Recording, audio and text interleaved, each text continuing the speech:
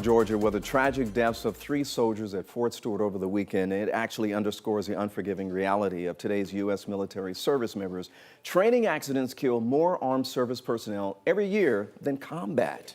And late this afternoon, we learned the names of the 3 soldiers killed during their training exercise on Sunday. Here's John Sherrick.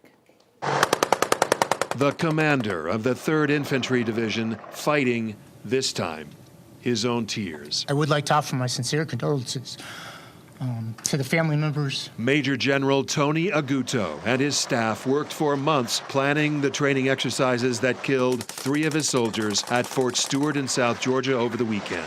It was in the dark, early Sunday morning. 6 soldiers with the 1st Armored Brigade combat team were inside their Bradley fighting vehicle. Somehow it rolled off of a bridge, flipped upside down, submerged into the stream. 3 soldiers were able to escape. 3 soldiers were killed. Sergeant First Class Brian Jenkins from Gainesville, Florida. Corporal Thomas Cole Walker from the shores of Lake Erie, northeast of Cleveland, Ohio. And Private First Class Antonio Garcia from a suburb of Phoenix, Arizona. Just the 3 latest service members killed in training exercises. According to a congressional report earlier this year, between 2006 and 2018, there were more than 16,000 deaths of U.S. Armed Services personnel. 16% were killed in action. 32% were killed in training accidents. So many fatal training accidents that last year, the then chair of the House Armed Services Committee, Mac Thornberry, said bluntly, the readiness of the military is at a crisis point. Training is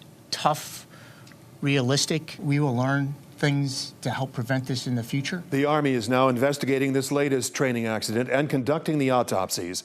The investigation is expected to take several weeks.